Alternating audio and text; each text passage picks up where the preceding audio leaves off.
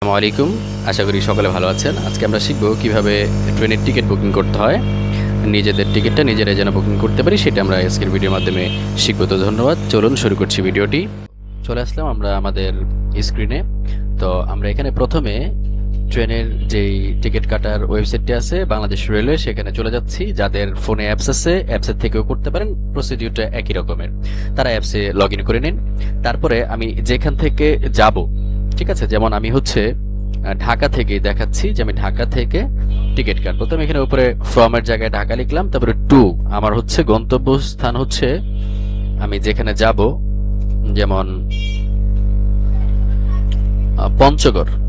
পঞ্চগড়ের জন্য চাঁপাই নবাবগঞ্জে আমি চাঁপাই নবাবগঞ্জ এখানে দেখতেছি। তো টিকিটটা আমি নিব হচ্ছে গিয়ে 23 তারিখের 23 তারিখের টিকিট। আমি কোন ধরনের সিট বুকিং দিব, আমি শোভন চেয়ার দিলাম। সার্চ ট্রেন অপশনে ক্লিক করব। করার পরে আমার হচ্ছে এখানটাতে দেখাচ্ছে যে 565 টাকা করে টিকিট এবং 130টা টিকিট খালি আছে। তো আমি এখানে আরেকটা হচ্ছে স্নিগ্ধা এবং এসি। তো স্নিগ্ধাটাও এসি, এটা হচ্ছে আপনার সিঙ্গেল চেয়ার, এটা হচ্ছে কেবিনের মতো করে।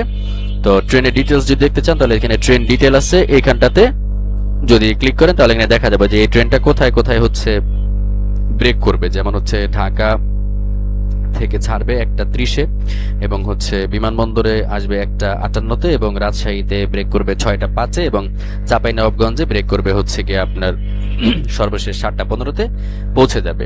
এই হচ্ছে গন্তব্যস্থান। তো আমি বৃহস্পতিবার ছাড়া বাকি মানে শুক্রবার হচ্ছে সাপ্তাহিক ছুটি, এই ট্রেনটি চলে না, বাকি প্রত্যেক দিনই যায়। তো বৃহস্পতিবার আমি এটা তাহলে বুকিং দিচ্ছি। এখন বুকিং এ ক্লিক করার পর এখানে দেখাচ্ছে যে কোন বগিতে কয়টা সিট খালি আছে। যেমন এখানে 6 বগিতে 26টা সিট খালি আছে। তারপরে আপনার এখানে ক্লিক করে দেখতে পাবেন আর কোন কোন বগি, যেমন ইও বগিতে আছে 33টা সিট খালি এবং ড বগিতে আছে 31টা সিট খালি। বাকিগুলো এই ঠ বগিতে 40টা সিট দেখাচ্ছে। তো এগুলো সিট খালি আছে। এখান থেকে আপনাদের প্রয়োজন অনুসারে আপনারা টিকিট নিতে পারেন। তো আমি একটু খুঁজে দেখি যে জানালার পাশে কোনটা খালি আছে। তো দেখতে পাচ্ছি জানালার পাশে এখানে ডাবল সিটের জানালার পাশে আমি খালি পাচ্ছি না আসলে।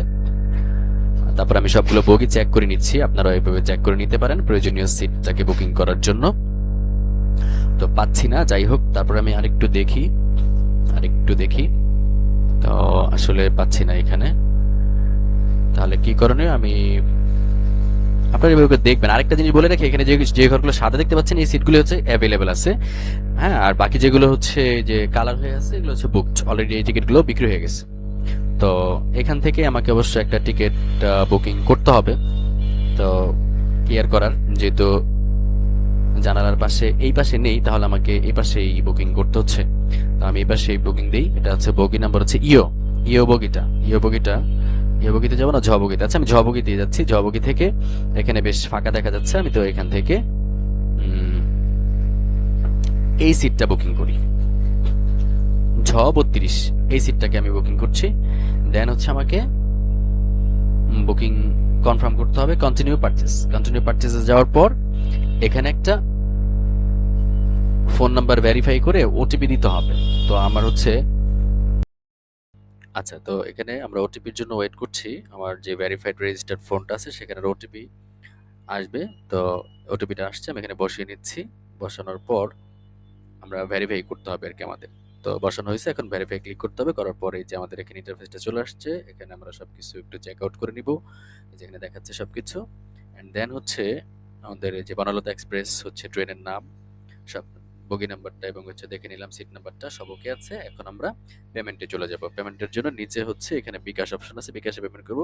প্রসিড পেমেন্ট এটাতে ক্লিক করব। করার পর এখানে যে প্রক্রিয়াটা দেখাচ্ছে, আমাকে যেই নাম্বার থেকে বিকাশ পেমেন্ট করব সেই নাম্বারটা হচ্ছে এখানে আমাকে দিয়ে নিতে হবে। তো সেই নাম্বারটা আমি এখানে টাইপ করছি, দেন কনফার্ম করছি। ওকে, কনফার্ম করার পর সেই নাম্বারে একটা ওটিপি যাবে, সেই ওটিপিটা আমাকে এখানে বসাতে হবে। তো ওটিপিটা আমি বসাইলাম।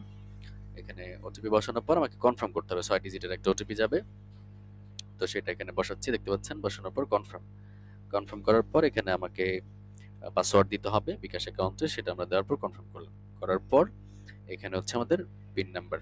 ওকে, বাস এখন ভেরিফাই সাকসেসফুল হয়েছে এবং এখানে দেখতে পাচ্ছেন অর্ডার অনগোয়িং এন্ড দেন এখানে যে চলে আসছে আমাদের দেখা যাচ্ছে অলরেডি ডাউনলোড হয়ে গেছে আমাদের টিকিটটি। এই হচ্ছে আমাদের টিকিট। তো এইভাবে করে আসলে মূলত আমাদের ট্রেনের টিকিট কাটা যায়। তো ধন্যবাদ সকলকে, সাথে থাকার জন্য ধন্যবাদ। ভালো লাগলে চ্যানেলটি সাবস্ক্রাইব করবেন।